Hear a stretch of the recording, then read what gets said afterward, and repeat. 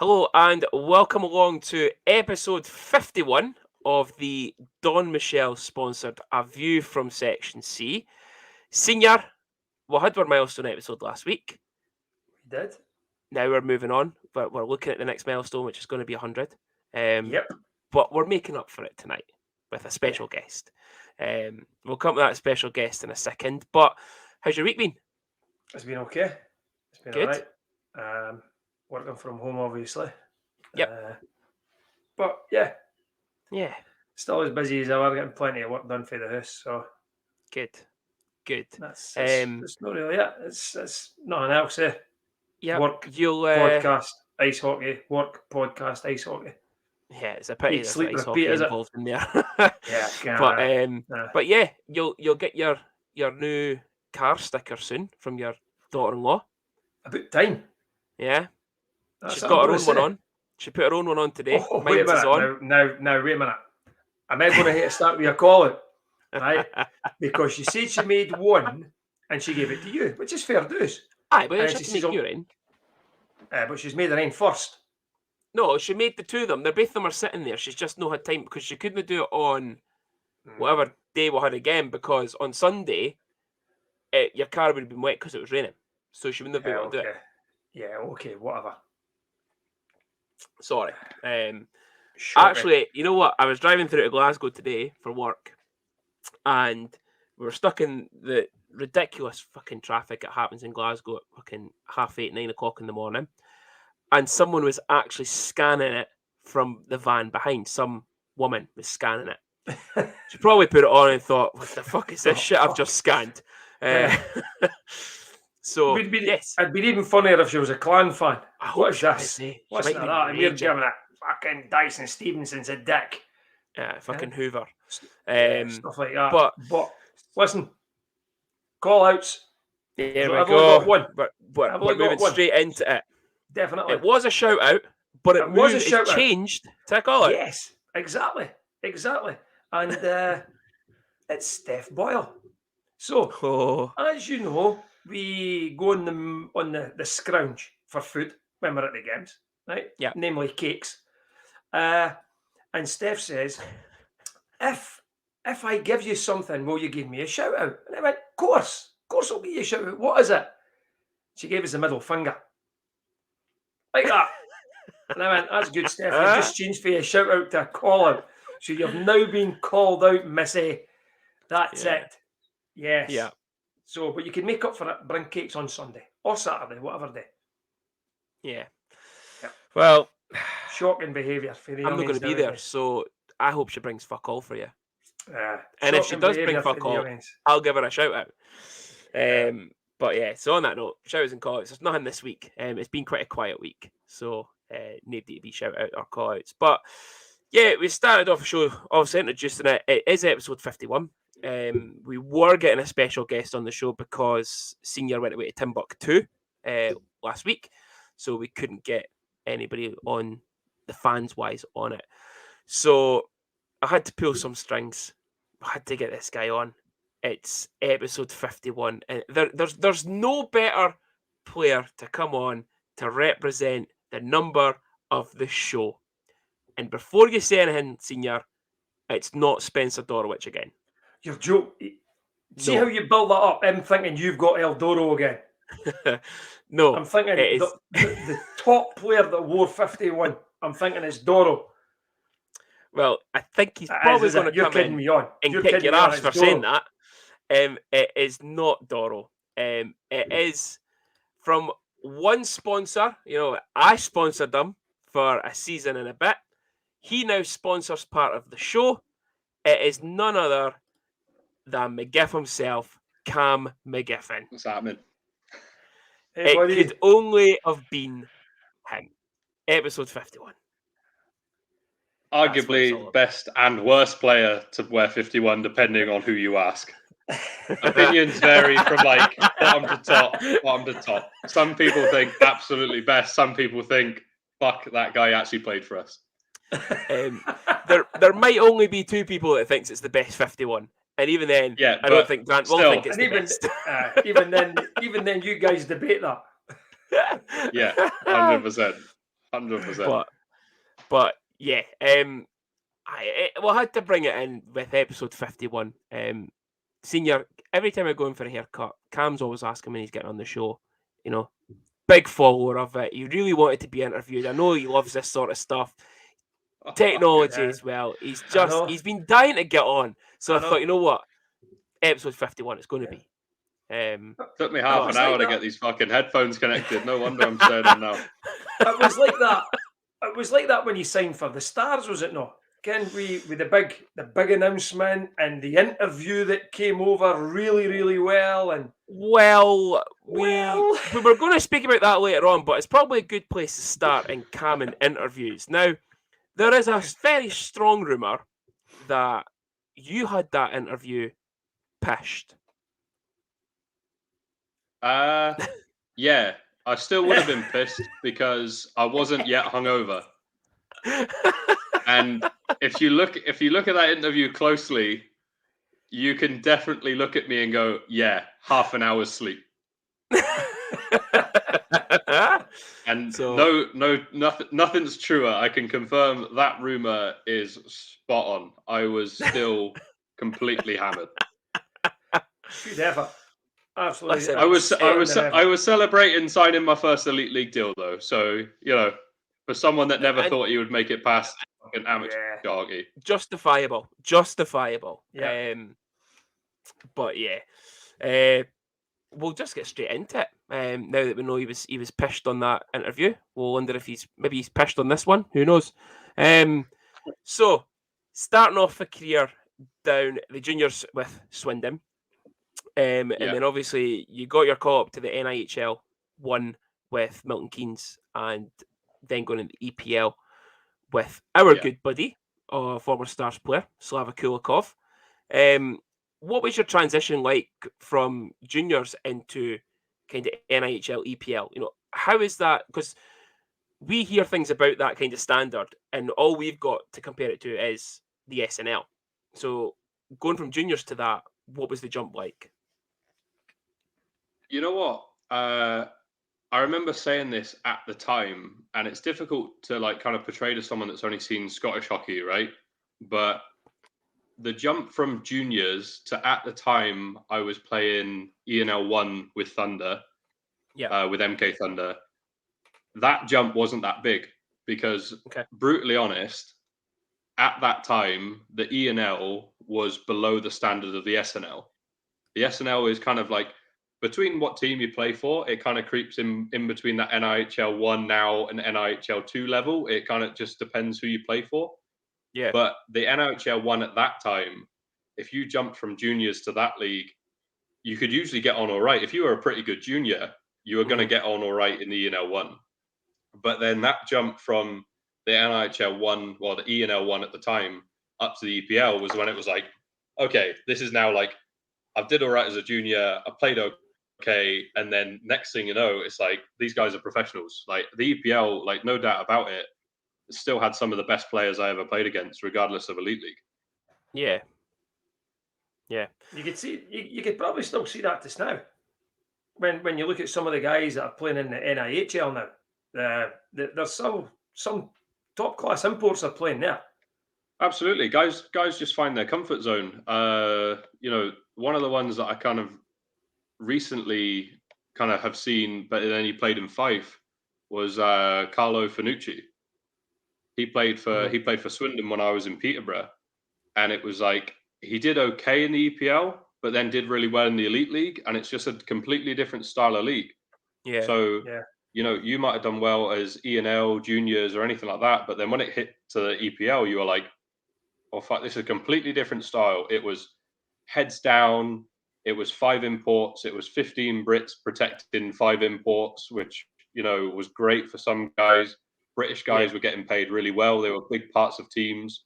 So it was a difficult one to read, but then I was quite fortunate in Slough with the financial and the kind of team problems they had. And then Telford taking half of our team by the December that year.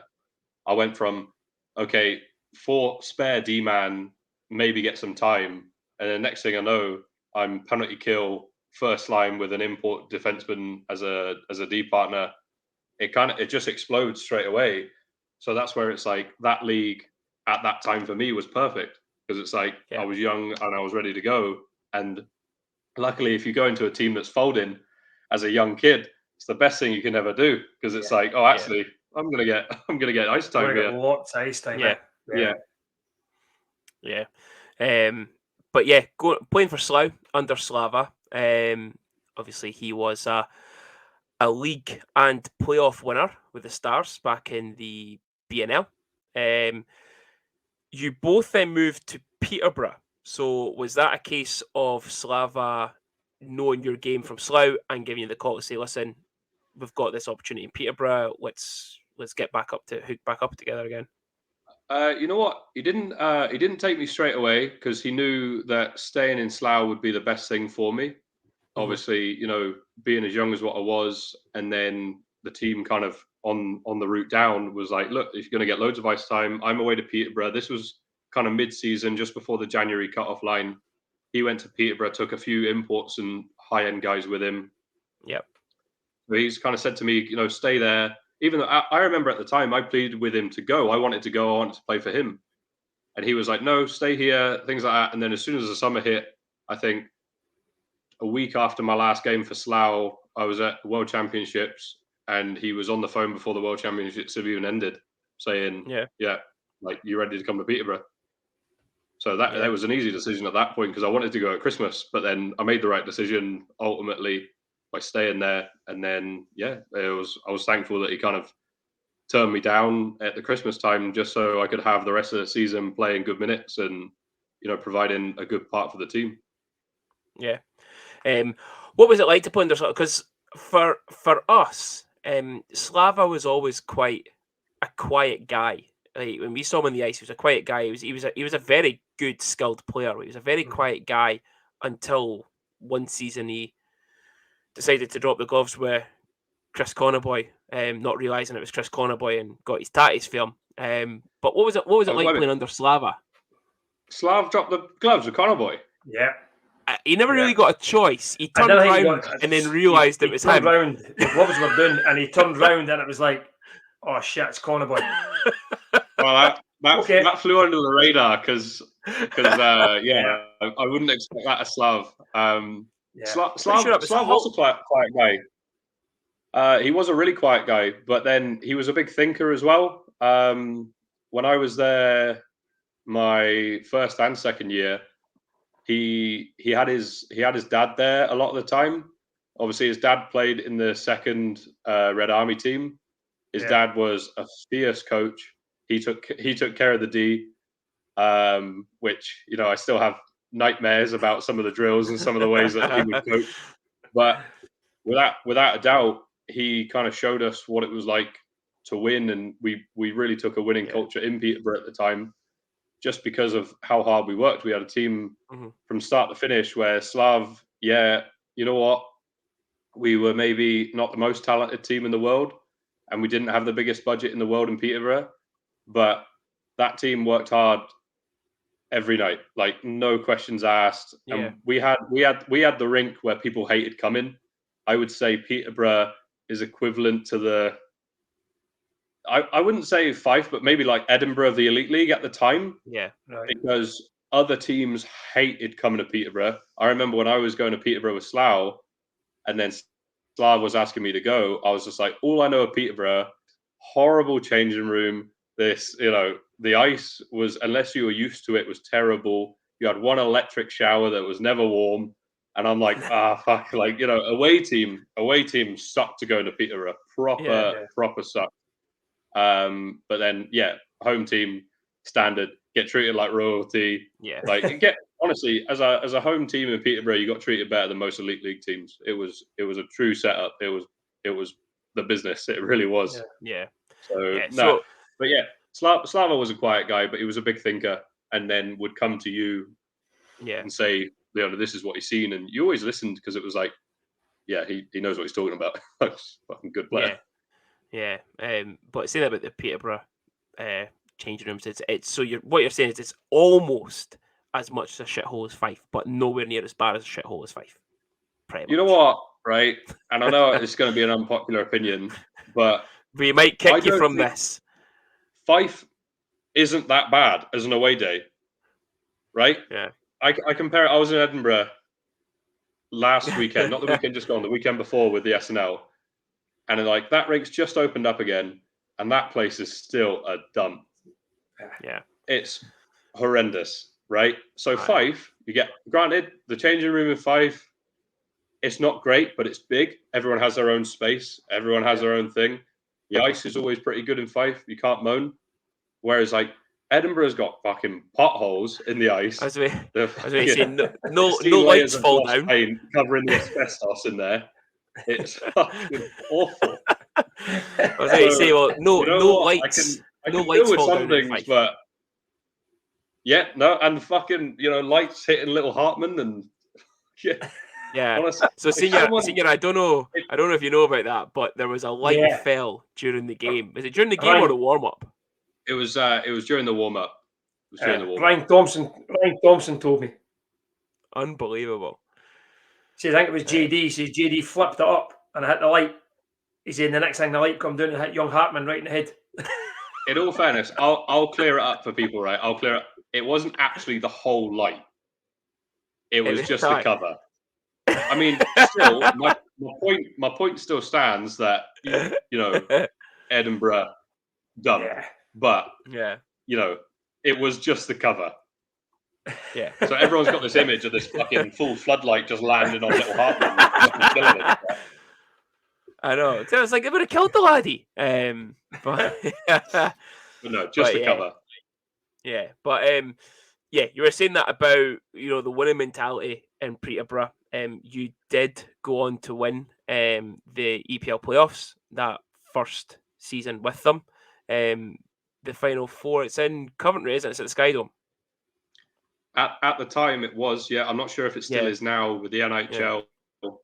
But yeah, it was at the Sky Dome. That was a phenomenal weekend. That was absolutely class because we had Telford on the Saturday in our kind of like semi-final, and that whole arena was jam-packed. And because of what Telford had done kind of that year, the year before, where essentially they tried to just buy the league, they offered stupid contracts, like contracts that just weren't sustainable. So they had a phenomenal team, like without doubt. But that whole arena, apart from that one Telford section, was just basically anyone but Telford. And you know what? See, as a team that went into that playoffs as pretty much underdogs, and then you get there on the Saturday and you're like, fucking 80% of this rink wants us to win. Fucking class. And you just go through and smash them. It was class. It's unreal. Yeah. Yeah.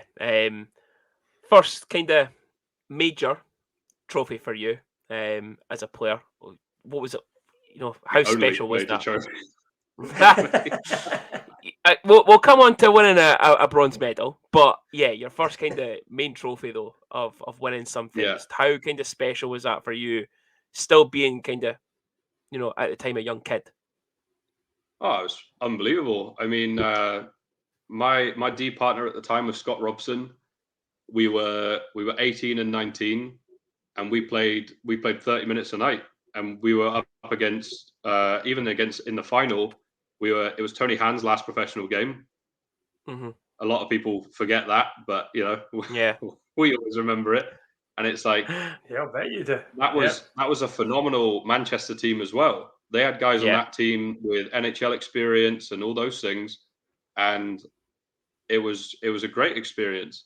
And I think what made it so special was the fact that we did go into it as underdogs.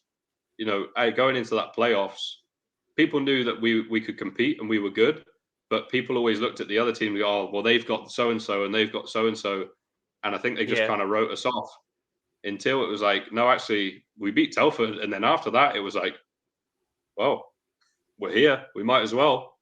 Mm-hmm. And it was such a team mentality of, other teams were taking it easy after the first day and things like that. And whereas that whole team was so switched on for the next game, as soon as that game had finished, we were like, right, cool, we're going to win this. Yeah. But it wasn't a cockiness. It was actual like, no, you know what? We believe in everyone in this room and we can get the job done. And that team in Peterborough was great. absolutely fantastic. Yeah. And then I say the next thing was your bronze medal with the GB under-20 squad. That again, we've had the coach on at the time. Spud was part of that. Oh yeah. Just some big names in there that you played along with that kind of went on to Elite League and stuff as well. And one of my best pals from an away team in Jordan Headley, probably the only English player that we actually like, other than you, with your wee dowdy man crush up there. But how was that tournament for you under 20s and winning a bronze medal? Like, how difficult was the standard when you were there? You know what? That tournament was really weird actually. So obviously it was mid-season for one. So in that January we had to go away, and you're leaving your team in like quite a pivotal point of kind of. But luckily Slava was there with me, so he was my head coach back at the club, and so he was coming with me to GB. But unfortunately, what happened? That's a couple of months before that was the Paris shootings. So when the tournament came around, Japan pulled out. So when Japan pulled out, they automatically got relegated because France had said it's okay to come and do the tournament, but they were like, no, we're not coming. Obviously, just because the shootings were a few months before. So we got told as a GB team, right, well, you guys can't get relegated. So take risks, do what you want. Yeah. We've got a chance here.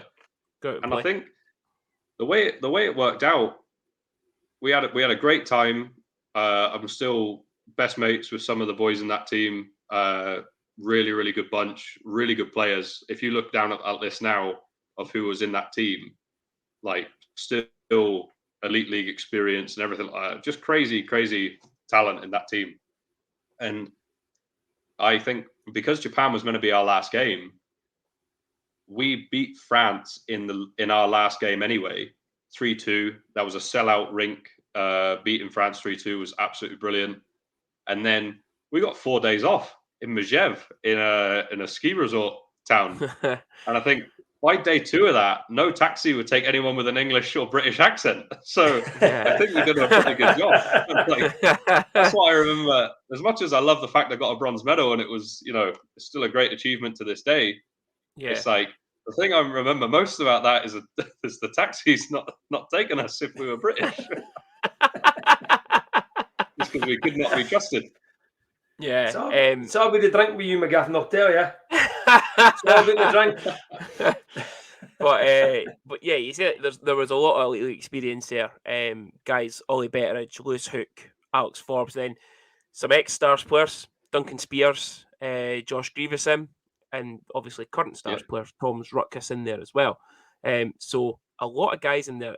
There's more people in there, Owen Griffiths and stuff like that. There's more people in there that just goes to show kind of it was quite a stacked under-20s team. There was quite a lot of experience there, really and good player. One player also that I noticed. Sorry, have you going to look at what Lewis Hook's done in his career? Mm-hmm. And he's playing for probably the champions elect this year in Belfast. He's made a good living out of it. I think he was at Coventry, and then he got the move from Coventry to Belfast, and he's just went on leaps and bounds. Really. Yeah, the worst bit is, so senior, I'm the same age as him, right? And he was Southeast, I was Southwest in the conferences. He's been that good since 13, right? Easily, 12, 13. And see if he's been embarrassing you since you were 12, 13. You'd probably have a lesser opinion of him. So what you're saying is he's a wee dick. That's what we're saying. No. Great guy. But just, made me look stupid from 12, 13 years old. But yeah, coming off of that, like you say, we then had a very, not very drunken interview, but a drunk interview with a move to the Elite League with the Stars. How did that come about? Well, it's no secret that my significant other was a big part of that decision. shout out Michelle. Obviously, she couldn't let me go this whole podcast without saying her name or letting people know. But no, like if I'm being brutally honest with you, would I even looked of moving to Dundee or moving to the Elite League if I wasn't with her? Not a chance. I had opportunities before that to sign with Hull, and then I also spoke to Manchester Storm when they first started as well, just because I knew that was when I knew Passion originally, and that's when who I was going to go on 2 ways with the Phantoms. And then it wasn't until I was seeing Michelle the Christmas before I signed with the Stars, and I actually ended up going on training session. So that was with the Lou Dickinson, Bobby Chamont team. Yeah. Sam McCluskey was still there. John Dolan was still there. So I trained with them once, a Friday session. Mark Lefebvre was the coach, and he spoke to me after that, and he was happy to take me then. But I'd literally about 4 months before that, I'd signed a 2-year deal in Peterborough, and I was like, I can't leave 4 or 5 months into a 2-year deal. So I'll wait and see how this season goes. And we made the Final Four again with Peterborough. We lost in the semi-finals. And then the day after, I was straight on the phone to Lefebvre and just not that had any impact on it or that had any. I knew that I wanted to leave, and after being given that kind of opportunity and being told where it's like, oh well, actually, yeah, you could play in the Elite League. It's like rather than 2-way, rather than anything like that. It's like, well, you know what, I'm gonna take this risk, and obviously, I wanted to be with Michelle and wanted to live with her, so it was like, right, it's time to go for me. So it just transpired through there. Rab Brown was a big help in terms of putting me onto Mark and Mark onto me. And obviously now I'm repaying the favour by getting my head panned in every other week for the SNL team. But very young lad. yeah. No, Rab was great. Obviously Michelle had 2 kids in the junior system at the time, so Rab got in touch with me, then got in touch with Mark, and kind of put the whole thing together for that Christmas session, and then that was it from there. Really, I just kind of took that and ran with it. Yeah, and again, kind of that step up from EPL. How did you feel that you started off and then kind of settled into Elite League hockey and the way kind of Dundee was kind of set up? You know what? The EPL, looking back and looking how I was as a player at the time, the EPL definitely suited me more, without a doubt. I play better when I have more minutes, and that's nothing on kind of any coach that I've had in the Elite League. They have decisions to make, they have roles to fill, and I can't argue with that. So I suited the EPL because I played a rough style. Anyone that's ever seen me play knows that I like to play with a little bit of an edge, and like to get in people's faces. I like people to get in my face. Just a little bit. Just a little bit. But just a little bit. And but that suited the EPL. That was the problem, I think. Yeah. Even now playing SNL, the EPL had that good level of feistiness from every player. You couldn't survive in the EPL if you didn't have a little bit of that about you. Whereas I think in the Elite League, you see so many guys where it's like they get away with genuinely doing nothing because it's like, oh well, I've got a tough guy on my team. Whereas the EPL didn't really have that. Every guy had to be like, no, fuck you, no, fuck you. It was the way of the league, and that suited me better.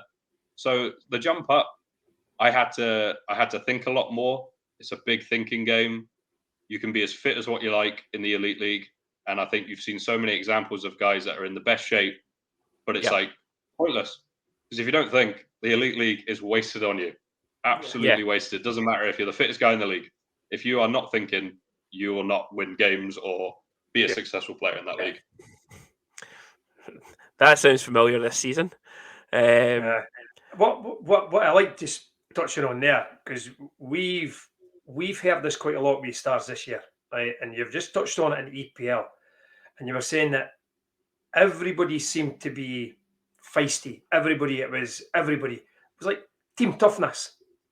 Yeah.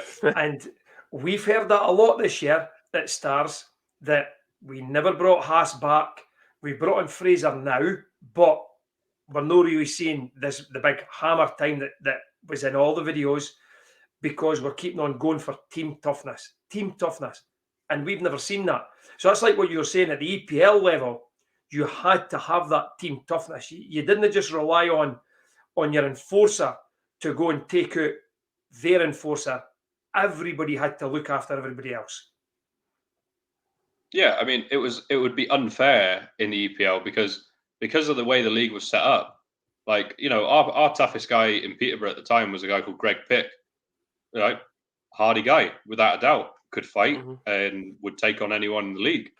But that doesn't, like, I don't think he led our team in fights, because we just had chippy guys that would fight all the time, because it was like, well, you just had to. If you're the one causing it, you're the one fighting. Yeah. Unless you're one of the 5 imports, of course, then otherwise sit the fuck down and one of the Brits will handle it. Yeah.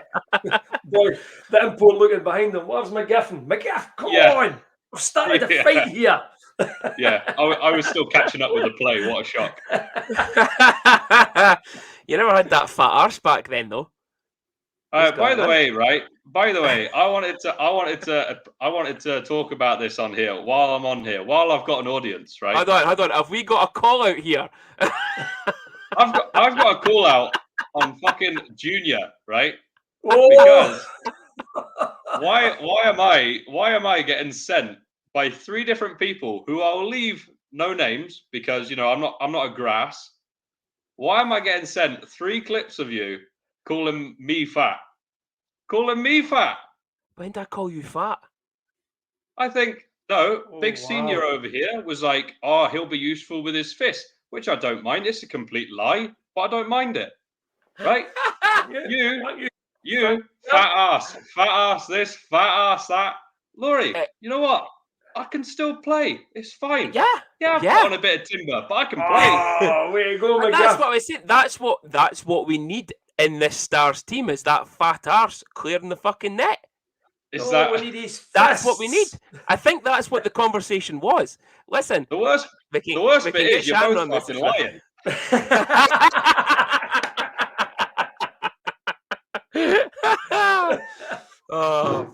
Wait, okay. Listen, we'll Junior, I can't believe you've just been called out by the guest, by the way.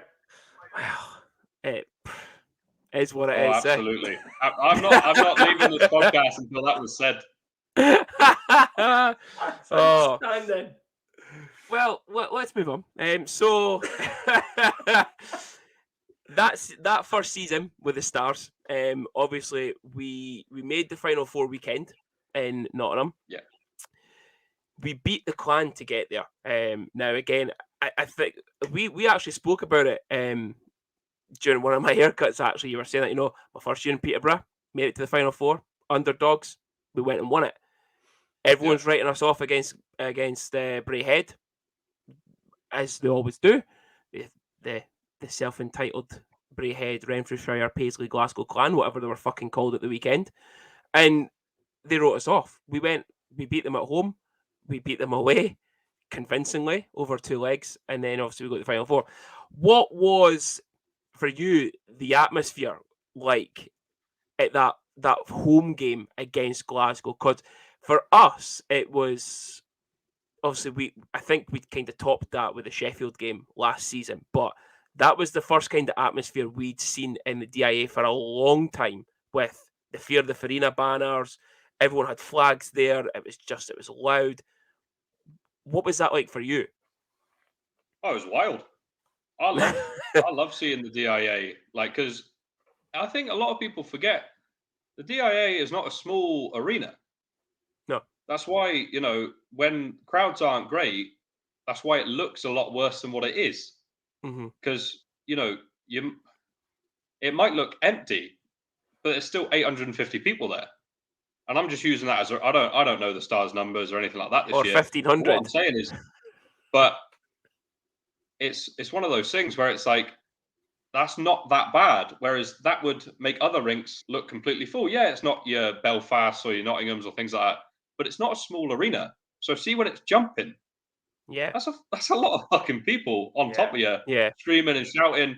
And because what's really cool in Dundee, because of like, obviously most rinks are like this as well, but I think the way it's obviously built in Dundee, when people are stomping and smashing their chairs above the changing room areas, you can hear all of that in the room. When it's really getting loud, you're like, fuck. So you sit in the room. Obviously me, I'm knowing I'm not really going to be a huge part of this game, but fuck almighty, I'll cheer the boys on. Like, yeah.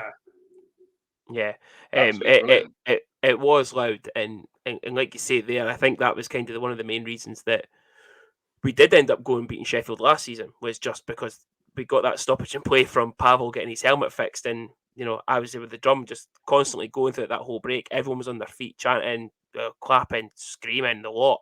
It was just loud, but that Clan game, at home first, atmosphere was electric. We got the win. We then go into Glasgow, and the atmosphere was just is kind of unreal through there, and I think that kind of put them in their place a little bit. But I think as much as they provide a pretty good atmosphere in Braehead, but I think because we took over that whole corner section, I think where the Dundee fans were, and we were it was so loud and so thick. Yeah. Every time we scored, like, we knew about it. Yeah. We knew about it. But I mean, the only thing that really sticks in that away game for me, I think there must have only been a minute, 30 seconds left in that game. And I think Joey Sides, our captain at the time, two-handed Jay Roto in the back and sent him flying. And then they had another two monsters on that line with him. And I'm at the bench. I'm looking over and going, I'm really hoping these benches don't get sent, because they've got a lot more bigger boys than us at this time. And I'm like, we had tough guys. Like, we had Farina, Sescon. Like, we had a tough team as well. But it's like that Braehead team had monsters in it, like guys like boogeyman style monsters. So that's all I can really remember from that game. Just going, fucking let me get out of here. Well, we had that whole it was that whole Stramash behind the goal, and I think Cody Carlson had dropped the gloves with, and we were all like, "Who the fuck's he fighting with?" And it ended up being Kevin Hart. Kevin Hart, like, that's right. Yeah, why is Kevin Hart fighting now? Like, what's going on here? Like, it was just everyone. And again, it was can't beat it. Yeah. Like, if you've got to go, you've got to go, and that showed. I think that showed to the fans as well that every single player, Kevin Hart was never a fighter. He was never going to fight in the season, but guys were willing to put anything on the line to get to that playoff weekend. We had runs throughout the season weren't great. We had spells that were brilliant. Joey Sides with a Michigan down in Belfast. It was there was times where we were just phenomenal, and it showed that guys were willing to play for the club. Going to the Final Four, it wasn't the way we wanted it to go. We went 2-0 up. We were absolutely flying. Now, you have nothing to do with Elite League or the Stars anymore. How did you feel the officiating was in that game? Because there's a lot of people called out officiating in that game from other clubs and on the radio. You know what, Laurie, to be brutally honest with you, I can't remember anything in particular that happened in that game. I might be it might just be flying over my head. But I can't remember us being in the room and saying, "Oh, they fucked us," or "Oh, they think." And the guys are not shy to let other people know that they think the referees fucked us. And I can't remember that at the time. Maybe it's because the boys were just that, honestly, I sit just that devastation, really, because I think as a team, that team knew when they came into the room, it was like, fuck, we had them. We genuinely had them. And they didn't even know how to handle us. But that's where these kind of superstars that they had at the time that really shone through was that's why they get paid more. That's why they're at bigger clubs. Is because they have that ability to be like, okay, we're 2-0 down, but in their heads, in Cardiff's heads, you got to be thinking, it's fucking Dundee. We were up the floor with them this year. But that's the way they'll think, and it's like, it's a lack of respect, but it's just the truth. And they've got to look at that and go, right, okay, we're 2-0 down, but we've got 3-4 goals against Dundee in a game, and that's the confidence they'll have. And it was just devastation because we were all over them. It wasn't just 2-0 because we got 2 fucking bounces that came off something. No. It was 2-0 because we fucking deserved 2-0. Yeah. That's it. And see, for me, what told in the end was their experience. They've been there, they've done it before. And everybody says this about Cardiff. When it gets to the final 4, you never write Cardiff off. Regardless of what 4 are there, you never write them off because they become a playoff winning team every time. It doesn't matter if they qualify, really struggle all the way through. When they get to that final 4, they'll always be they'll reach the final 9 times out of 10. Yeah, they're a great team to watch. Yeah. So then obviously you were there at the start again the following season, but only for a short period of time because obviously something else came up in the kind of the top end of that screen, the 51 club. Started your own business, but then linked up with the Comets down the SNL. Yeah. So how is that now? Like juggling the business with the hockey playing side of things, and how do you feel that you're getting on, kind of personally, from still a hockey point of view, with what playing in the Wild West SNL? League? The Wild West League. Well, you know what? You'd said that about sticking up for people in the Wild West, and I do have a stat for you. You've played 49 games in the SNL, and you have 215 penalty minutes. So McGiff has dropped from the EIHL to the SNL to be a goon. Genuinely. Genuinely. Is it genuinely that much? According to Elite Prospects, yes. Fuck, that's probably not even updated to. It's probably more. But yeah, 215 in 49 games. 215, and I think a total of 7 or 8 games banned as well. That's a good effort. Yeah. But you know what, right? And this is the God's honest truth. I have not changed the way I played since I was in that Slough team in the EPL how many years ago. I have not changed the way I played. It's the league. And granted, I've not got the speed I had. I've not got probably any kind of skill that I used to have because, naturally you're thinking of other things and you're only practicing once a week.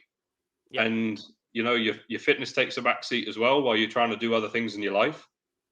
And also, you're around players that are in the similar positions. I think on our team alone, we've got 5 or 6 self-employed guys. Their first priority in life is not hockey. Yeah. And it shows when it's like, he was class when he was in the elite league. Well, no wonder. He had fuck all else to do apart from work out and go to the rink. Yeah. He's going to be better at ice hockey. You know what I mean? Yeah. It's just, it's one of those things. Like for me, I don't believe I've changed the way I played. I've probably been a little bit more protective just because the team dynamic that I'm in now, obviously, for me, I had the guys in their mid-20s, pushing 30, sticking up for me when I was 16, 17. Mm-hmm. So if I see something that is genuinely, which I believe to be kind of out of order and things like that, and I don't think I'm tough. I don't think that I am a fighter by any means. Like anyone can tell you, like if you just search my fight thing now from the past 2 years, I think I've fallen over within 5 seconds of each fight. I do it because I stand up for people. I don't do it because I want to be the next fucking heavyweight of the SNL. Yeah. Like, because that's not happening. Like that's Billy Hogg's title and will be his title forever. Yep. Yeah. So there's no fucking chance I'll be taking that off him. But you're saying there, you fall over during fights, and you also fall over going into the penalty box with a linesman falling on top of you. You know what, right? I cut Wellesley's hair, right? I cut Wellesley's hair, and he still brings that up all the time. Oh, it was the funniest thing I've ever seen.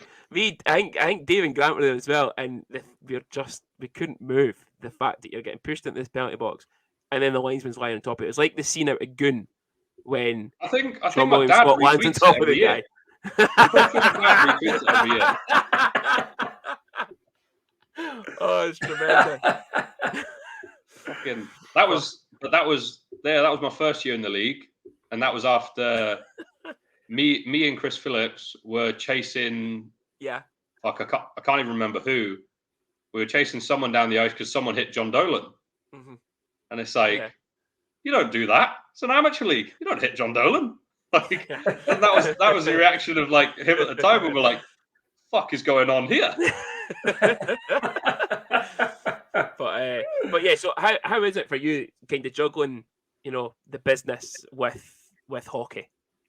You know what? The first year that I had the 51 club, it wasn't easy. That's why I took like the year out. Actually, I don't think it worked out the first year of the 51 club. It was like the second year because I'd already committed to a team at that point. So I wasn't going to leave halfway through a year for that. So I took the year out. I obviously focused a lot more on the shop to get the shop really kind of boosted and to get the shop to kind of where I wanted it to be with a good team and everything like that. But I just feel like, and it's so true, where you can only focus so much on anything at once in your life. And I think I wanted to give the shop everything, at least for a year. Yeah. Just because I wanted it to be a success. Whenever you start something yourself and it's your name and your brand, you want it to be the biggest success it can be. But I felt like I couldn't do that. And it wasn't necessarily the time that hockey takes because, I wasn't going to be barbering at 6-7 o'clock on a Saturday night or at, actually I say that, there was, some nights where I was, but it's like, one training session a week, one game usually. It's not a lot of time commitment, but it's, am I going to be ready and tired after doing that? What if, I've obviously had injuries in the SNL as well. What if I break my hand? I can't work for a couple of weeks, and that's my money, that's my business, and I just couldn't have done it. So you just eliminate the risks. I think it was for me at the time, and I could definitely feel my career transitioning into apparently what is the worst stat I've ever heard of. So I think with that transition, I think in my head looming, I was like, yeah, fuck, maybe I better take a little bit of time out to focus on the business, or I'm just going to this. And then everything goes to pot. You're out of hockey because you broke your hand or you broke your foot again or something like that. And it's like, oh, well, fuck, I've fucked it both by trying to keep both. And that's just the worst position to be in. Yeah. Well, you look at it when you were at the Stars. Obviously, you did your shoulder when you were at hard grind and couldn't work for a few weeks, whatever it was. And I had to go to somebody else. Like, pure selfishness there. You went to somebody, you got your mum to cut your hair. No, I had to go to somebody else. I should have went to mum instead. But no, like you say, you had to eliminate risks and stuff. And kind of now look at where you're at with the 51 club. Bringing on guys all the time. You've just obviously got your pretty much, what was that, like an apprentice barber into the junior barber role and stuff as well. We just promoted Fraser into a junior barber, and obviously Greg and Kai, and they're solid. They're booked out every week, and I'm proud of the team that I've created now. Yeah, and I'm happy I took that time out. As much as hockey provides me with great memories and great times with friends, it's also like it was a sacrifice at the time, but I don't regret it a single bit. I'm in a position now where the shop's doing really well, and I couldn't be happier. Yeah, definitely. We've always said it, Cam. A career in ice hockey is very short, isn't it? Absolutely. I think you're not deluded, but I think I've seen it so many times where guys are so hung up on like making it. Yeah. And which I've got all respect for, because if you dedicate more and more years to it, then there's going to be a better chance, you're going to make that GB senior team, and, you're going to do this and you're going to do that. But for me, I got and played those times in Dundee, and I was like, no, this is the max I'll ever go, because this is as much as I can. This is as much as I want to give to it. Yeah. And this is where I'm going to be. And not that I was dissatisfied with that, but I was like, no, I can just see different things for me. I wanted different things from my life. I wanted different things from the kind of progress of what I was going. So it was like, it was quite not easy, but it was quite like a very directive decision from me to be like, no, I'm done. My life's going in a different direction. Yeah.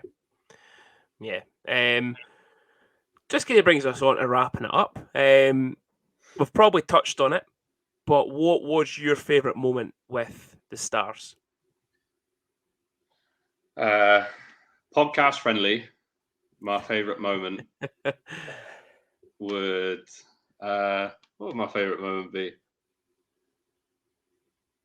You know what? Like, generally speaking, time with the Stars was great, and like so many things just popped into my head then to really like think.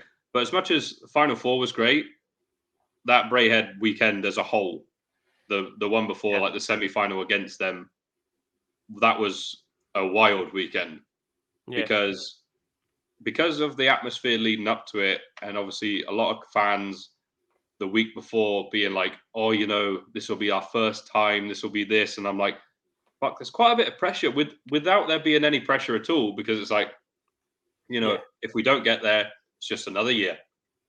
Another year where the Stars didn't make the Final Four. But then it's also like, I think that group took it on themselves to be like, why not? Why couldn't we go there? We're playing Braehead. This is a good chance for us. Yeah. And my favourite moment would probably be that whole Braehead weekend with the Stars. Yeah.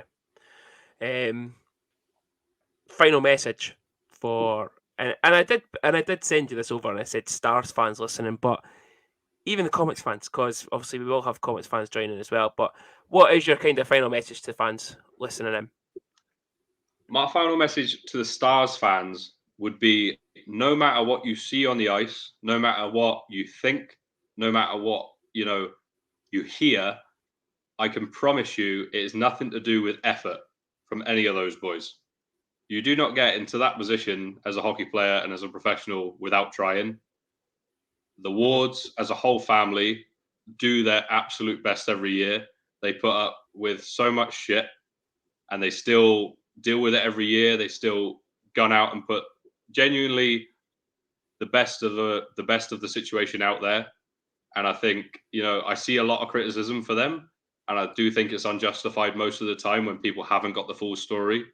Without them, there wouldn't be the hockey there is in Dundee. And I think a lot of people are quick to forget that. But yeah, my final message to Stars fans would be like, for the rest of this year, kind of hang in there. It's not been unbelievable, but it's nothing to do with effort, is what I would probably say finally. Comets fans, we've been on fucking fire recently, so tune into our games if you want. I love that. I absolutely love that. We're on fucking fire. Nah, Comets fans, they know where their bread's buttered at the Comets fans. It's fine. So because end of the season for you guys coming up, cup final, 2 more league games, and then we'll have the cup semis. We'll have the final cup 4 semis. If we're successful in the cup semis. No, sorry, the league semis. And then I think our final thing is the Scottish Cup final. Yeah. Which we have to play either Aberdeen or Paisley, but they haven't played their semi yet. And that's in Aberdeen, am I right? I think so. It should be, but it could be somewhere else at the moment. That's the last I heard. Yeah. But when I was speaking to Ryan Thompson, he was, because young Louis plays for the under whatever it's 14s or 16s, whatever, and he was saying that I think it's the cup finals in Aberdeen, the playoffs are in Edinburgh. Playoffs are in Edinburgh, yes. Fuck's sake. Yeah. You've got that ice off patched up yet. Yeah. And there was someone else, but I think it might have just been the junior sort of Scottish trials. They're in Dumfries. He says there's absolutely nothing up this side of the country, apart from Edinburgh, that is. But there's nothing in Dundee and nothing in Fife. I think that'll be true, yeah. Even though for me, out the whole Scottish league, Dundee is the perfect place to do it. Yeah. There's no question. It's the most central, isn't it? Yeah. It's not necessarily the most central, just because obviously you've got all the West Coast teams as well. Nobody gives a fuck about them. Fuck them. Well, no, they're last and second last, so no one should give a fuck. There you go. Wait, did they not beat you guys at one point? That was the game I got kicked out 3 minutes in. Yeah, that'll be that one. So, not to play the old schoolboy card on you, going, oh well, I wasn't there, but I genuinely wasn't there for 57 minutes. But yeah, no, McGiff, thank you for your time. It really is appreciated. Been a pleasure. We wish you all the best for the rest of the season. Obviously, we will try and be at cup final and playoffs if we can be. But from me, I will see you on Thursday for an appointment. But again, from both of us, thanks for coming on, and also thanks for sponsoring our game reviews every week. It's an absolute pleasure. Not a problem. Brilliant. Pleasure has been mine, boys. Brilliant.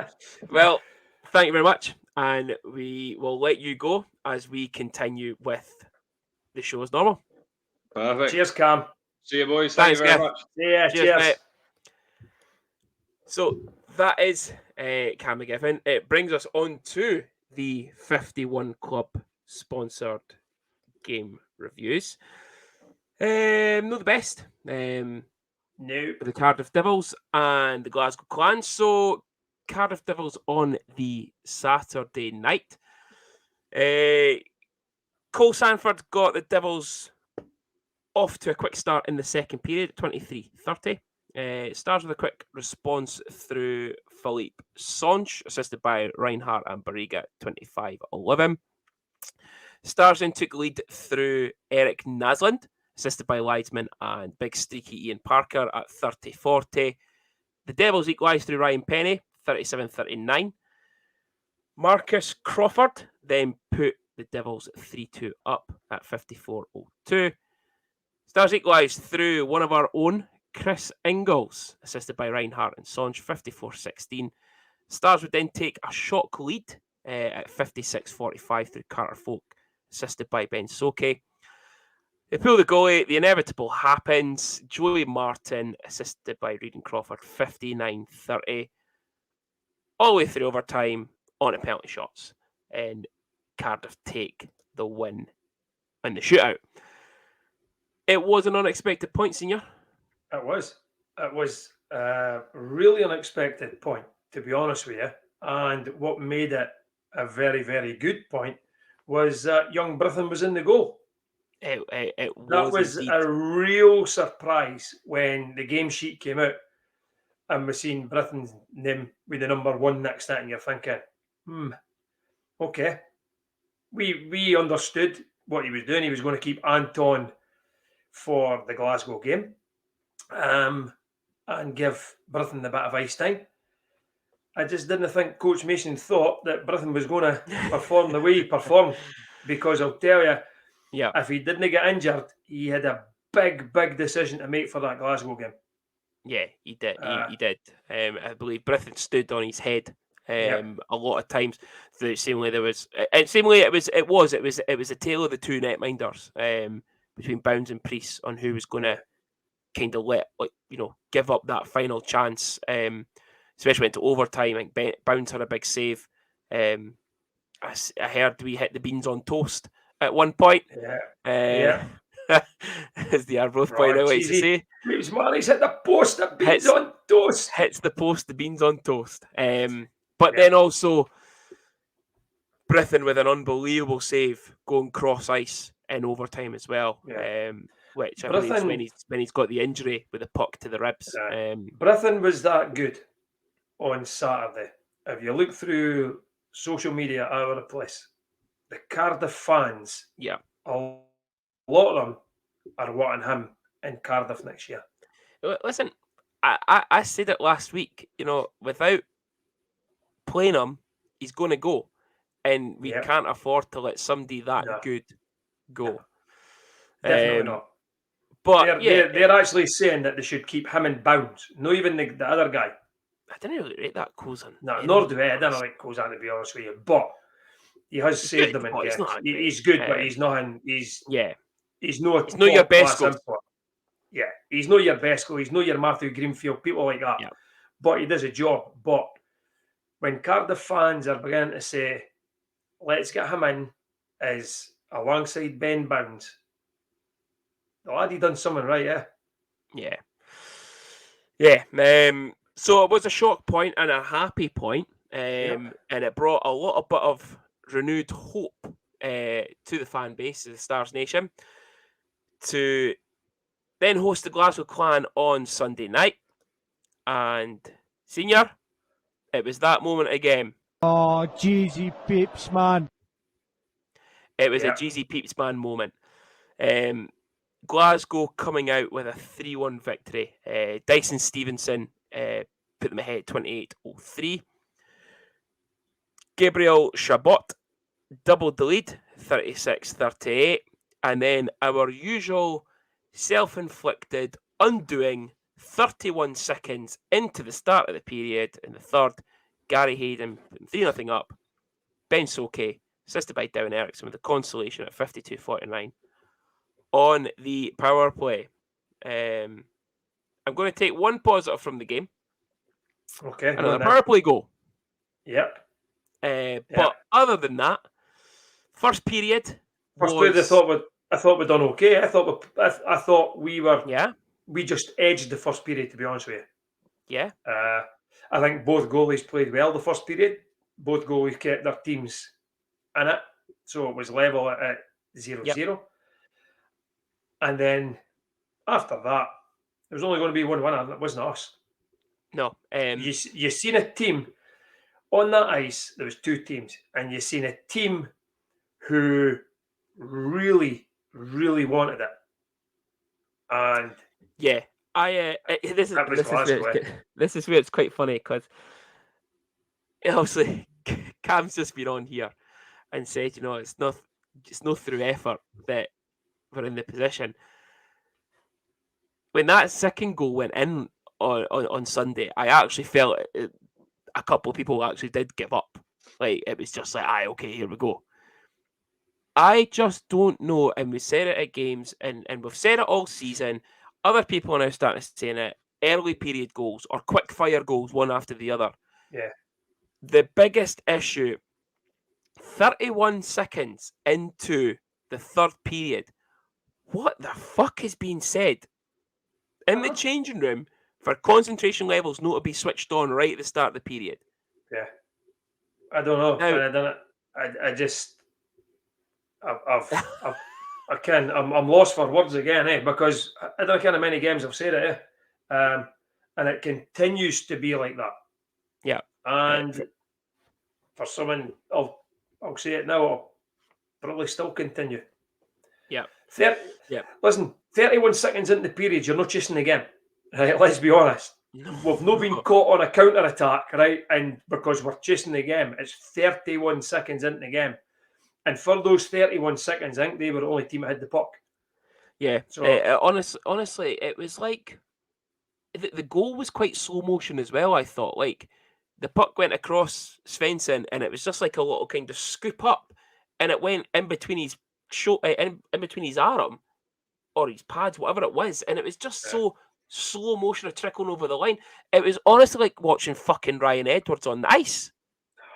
Like, that's how bad it was. It was just, I don't even know.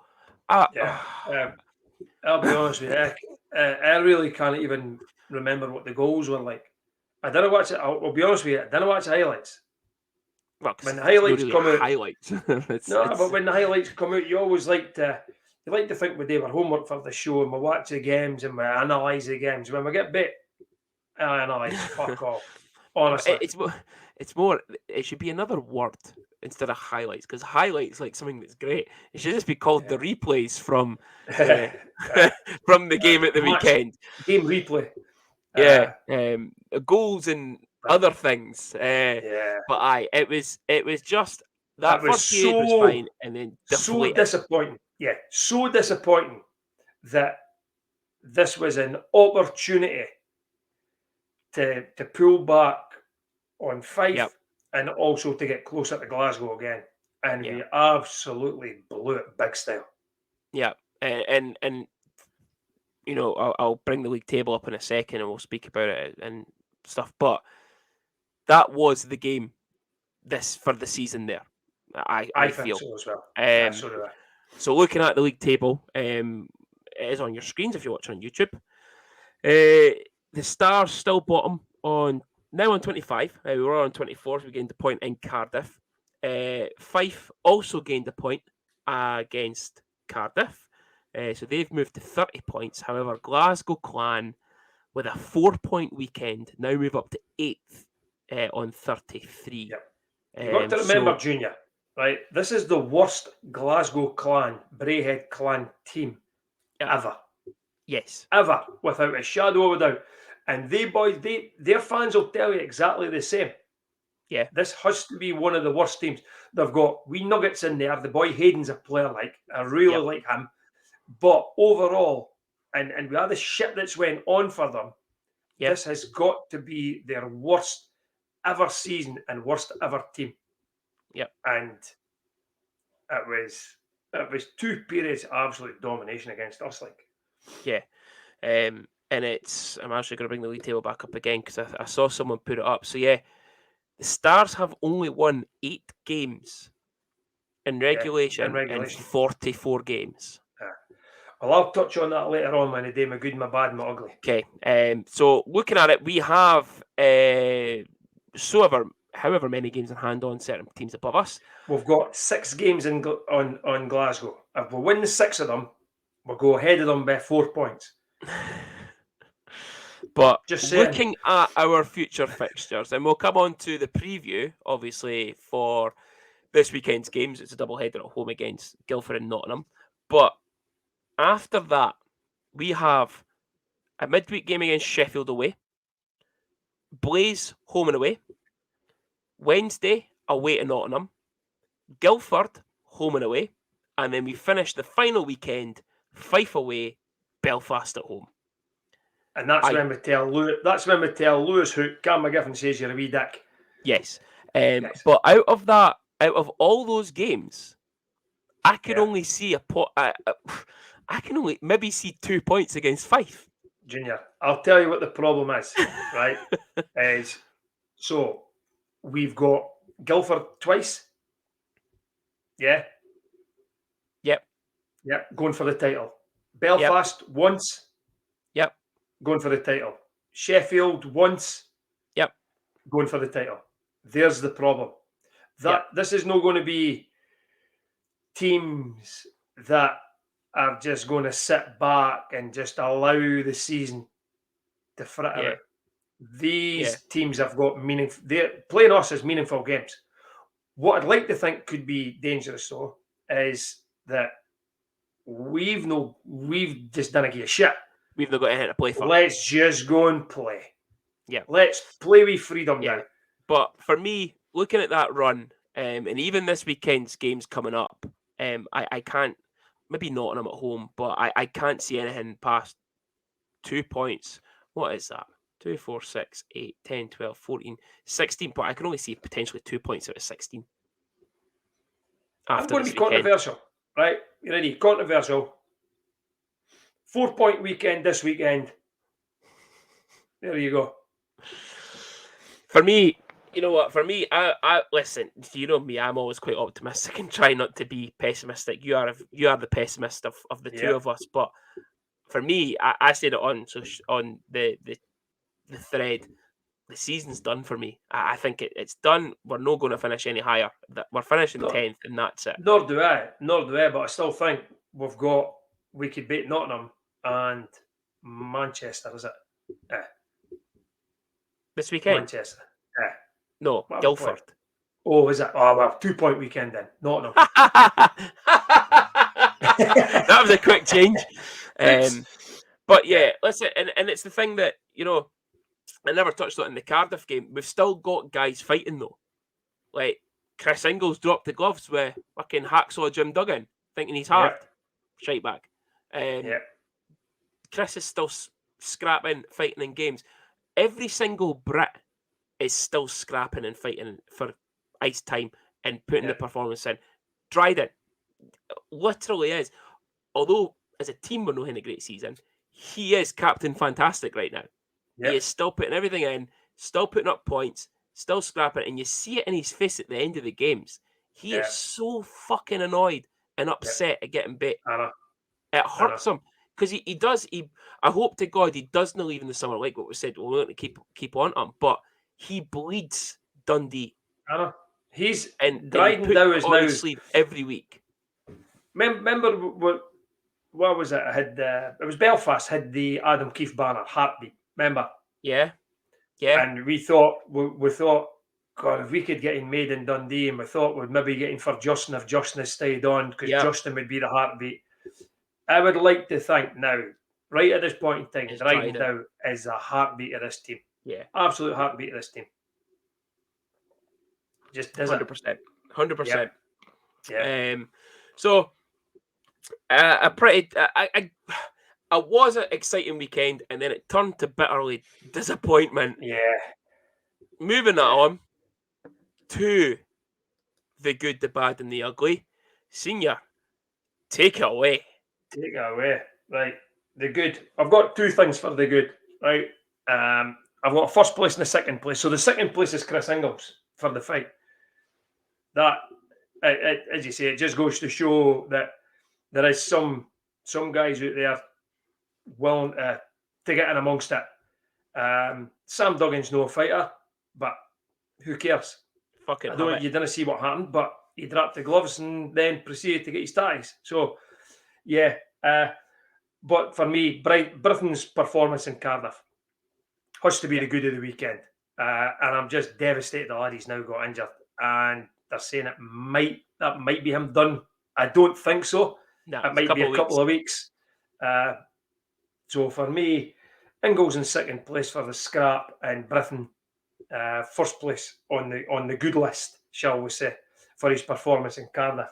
The bad is, we've touched on it, second and third period against Glasgow, against the worst ever Glasgow team.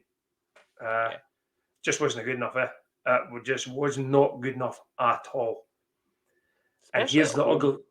Yeah, especially at home, that's right. If they got beat 3-1 away for him, you're like, well, shit happens when you're away for him, but not to put in a performance like that at home for two periods. So here's the ugly, right? And I've got stats. Right? Okay. Larzo's Stato Corner's back. Yeah. So I've had to get my book out because I've had to write it out. Jesus Christ. So I looked at it when I looked at the league table before we came on, right? And I seen our win percentage. Mm-hmm. And I went back to the start of the Elite League, 2014, 2015 for us. Okay? Our win percentage was 32%. In 15 and 16, it was 53%. 16, 17, 44%. 17, 18 was 43%. 18, 19 was 48%. 19, 20 was 41%. Then you had the sort of the COVID season, 2021. There was no stats there. 21, 22 was 49%. So if you sort of average all them out, they're always around about sort of the mid 40s to the low 50s, let's say, right? Yeah. This year it's 28%. This is officially on games played at this point in time. This is the worst Stars team in history. Jesus. What was the first Elite League year? 32%. Fuck, they're even worse than that year's team. Yep. That was a team that had Kaufman in goal. Yep. There's still games to go. So it may still rise. But when you come out with that running, that's what I'm saying. 28%. That is ugly. Tells about it. I couldn't believe it. I'd actually thought there was going to be at least one season less than that. Wow. There isn't. Wow. Shocking. Well, you've put a right dampener on my right hearing that stat. You're welcome. You did want a good, the bad, and ugly, so I've gave you it. That is an ugly stat, isn't it? Jesus. Yeah. Yeah. Oh, that is cheesy peeps, man. Oh, cheesy. Could you say it? Yeah. So there's the good, bad, ugly, and it's a good, good, a bad, and a wow, ugly. Yeah.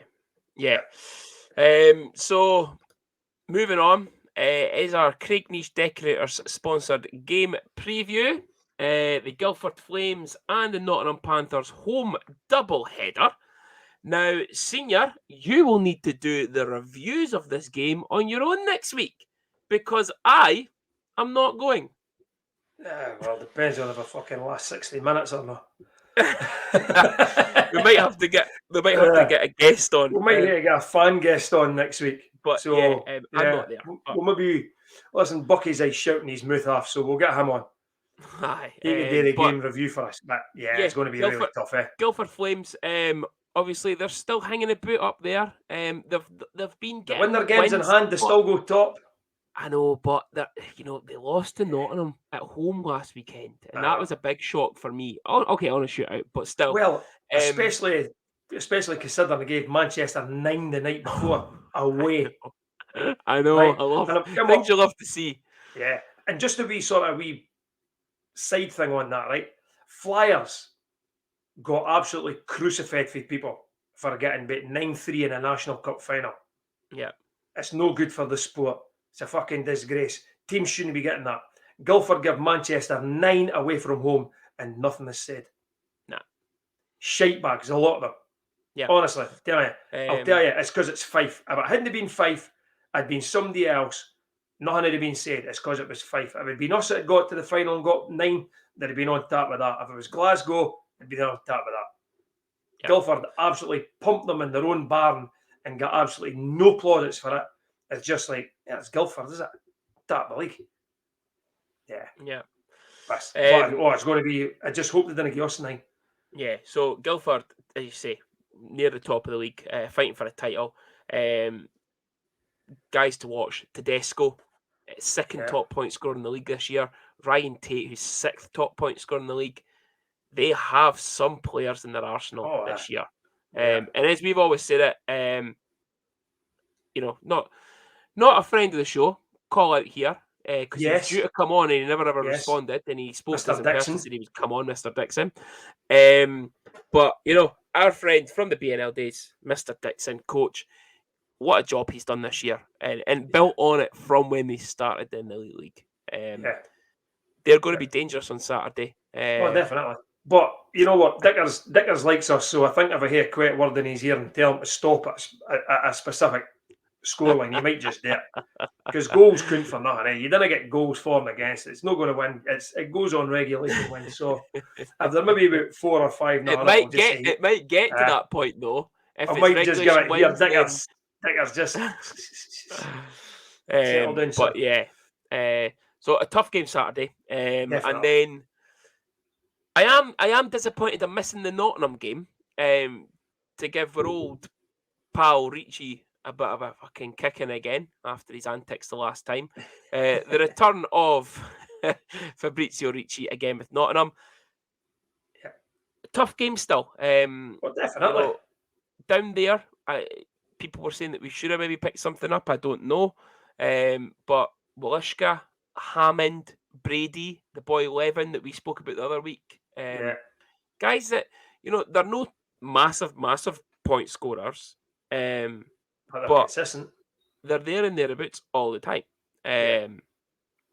So it'd be good if Moolsey could put one over them though, Oh, it'd be tremendous, Yeah. Absolutely tremendous. But predictions for this weekend then. As in actual scoreline. You can go actual scoreline if you want. Right. Let's take a note of this because we usually forget. So sorry, this is my note. Bits of notes for today. This is going to break my heart saying this. I'm going to go 5-1 Guildford. 5-1 Flames. And Sunday? Stars to win 4-2. 4-2. Empty net goal. So I'm actually going to say 6-2 Flames. Okay. And I'm going to say 3-1 Nottingham. Okay. And it absolutely pains me to say that we're going to get beat both games because in years gone by with a double-header at home, you'd like to think we'll at least pick up a point and a win. or just the win. Yeah. But yeah, it's tough times. It isn't half tough times. But listen, they've just got to grind through it. So I could do. Everybody else has got tough times in their life. They just got to grind on it. Yeah. You had tough time at your work, you have to go on with it. I had tough time at my work. What do you get to tell? Suck up, buttercup, and go on with it. Yeah. Well, I won't name the person, but it's someone that listens to our podcast every week. And they spoke to us going down the stairs on Sunday, well after you'd bolted out the door. He approached us and said, "Listen, I was in Cardiff last night, came back the day, I'm absolutely knackered, so give the boys a break this week." And I was like, you can't use travel as an excuse. Every team does it. We've done it for years, and we've been to Cardiff one night, came back home and beat somebody at home the next night. Yeah. We can't use the travel as an excuse when every other team needs to do it. It's their job. They're professional sportsmen. That's their job, and it's a results-based business, right? Let's not be around the bush. It is. And that's why fans are obviously this year unhappy, because we're not winning games. That's that 28% or whatever it was, win percentage. I'm sorry, I feel like I'm ranting here. I'm not ranting. I hate when they use the excuse of, they were in Cardiff last night. They had a long bus journey back up the road. Which they would have slept on, and then slept when they got home today, and then didn't hate to be at the rink till 3 o'clock or something. Yeah, well, how many times, right? That's just my opinion. Sheffield. No, I agree with you. How many times have Sheffield complained about the travel to Dundee, and we've went, shut the fuck up? Can we say no Sheffield? David fucking Sims. Yeah, but listen, the English clubs, the further down English clubs, right, got on about travel legs and whatnot. And we're like, shut up and just get on with it. So you kind of say it to them and then turn it around when it suits your team. Yeah. You know what I mean? So what's going to be the excuse, right? When we played Guildford on a Sunday night, and Guildford had to travel up here on a Sunday night after being in Guildford the night before, and they come up here and beat us. What's the excuse then? Yeah. It's not the greatest, right? But every team has to do it. Yeah, every team has to do it. And just because, like I said that to the guy, like we've done it for years, traveling up and down the country with supporting the club, and we were knackered, but you still got up for your work on a Monday after being in fucking Newcastle or wherever. You still got up for your work on the Monday after driving there and back and whatever. We've done it fucking Coventry on a Sunday night. Yeah. Going away down there, come back up again, add uni the next day. Like, okay, it's only uni, you just get yourself through it. But still, it's that you're still doing stuff the next day. I just can't. I don't accept using it as the travel as an excuse. No. It's part of their job. It doesn't help. It doesn't help, but yeah, you can't blame a defeat on that. No. So on that, that is this week's show. No on this day, being completely unprofessional on this one. I was, as I said at the start of the show, I was away in Glasgow for work today. So no excuse. Travel's no excuse. I did not have the time. It's more I just didn't have the time. It's not through the effort or the lack of trying. It was I had no time. But it's no on this day, so apologies. We will make up for it next week. I did have a quick check. There's no birthdays today anyway, so there we go. Happy days. Again, a big thank you to all our sponsors, the 51 Club, Craig Niche Decorators, and obviously our title sponsor, Mr. Paddy Lockyer himself, Don Michelle Italian Restaurant. And also thanks to our good friend, Cam McGiffin, for coming on and giving us a little insight into his career and obviously his time at the Stars as well. And now life into being a barber. Who knows? Yeah. That might be your next step after your hockey career. If you're listening in, maybe some of the comments guys listening to this, it's your next step. Apprentice with McGiff. But thanks to everyone for sponsoring and for Cam coming on. I won't, But Senior, we'll see you at the weekend. I'll see you at the weekend. And the next time you see me will be my pretty little face on next week's podcast. We'll speak to you then. See you after.